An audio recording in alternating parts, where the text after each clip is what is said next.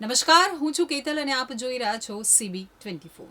સુરતના પાસોદરા વિસ્તારમાં પાર્કિંગ જેવી સામાન્ય બાબતે થયેલો ઝઘડો મારામારી સુધી પહોંચ્યો હતો।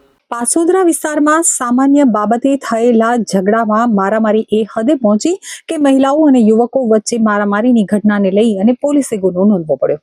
સુરત શહેરમાં અસામાજિક તત્વો નિર્દોષ લોકોને હેરાનગતિ કરતા તેમની સામે પગલાં લેવામાં આવે છે, પરંતુ જ્યારે સોસાયટીના રહીશો વચ્ચેની બબાલ પોલીસ સ્ટેશન સુધી પહોંચી ગઈ તો પાસોદરા વિસ્તારની એક સોસાયટીમાં ત્યાંના રહીશો વચ્ચે વાહન મૂકવા બાબતે બોલાચાલી થઈ હતી।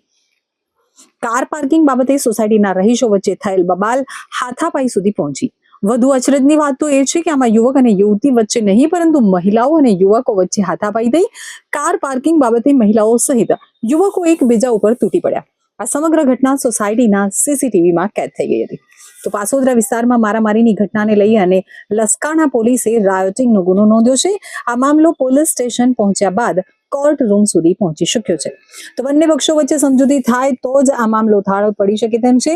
પાસોદરામાં કાર પાર્કિંગ બાબતે સોસાયટીના રહીશો બાખડ્યા હોવાની ઘટના બતાવે છે કે આજે લોકોમાં આક્રોશ વધ્યો છે। સામાન્ય બાબત શાંતિથી પતાવટ કરવાની હોય ત્યાં બબાલ મચાવી બીજા લોકોને પણ હેરાનગતિ કરી છે।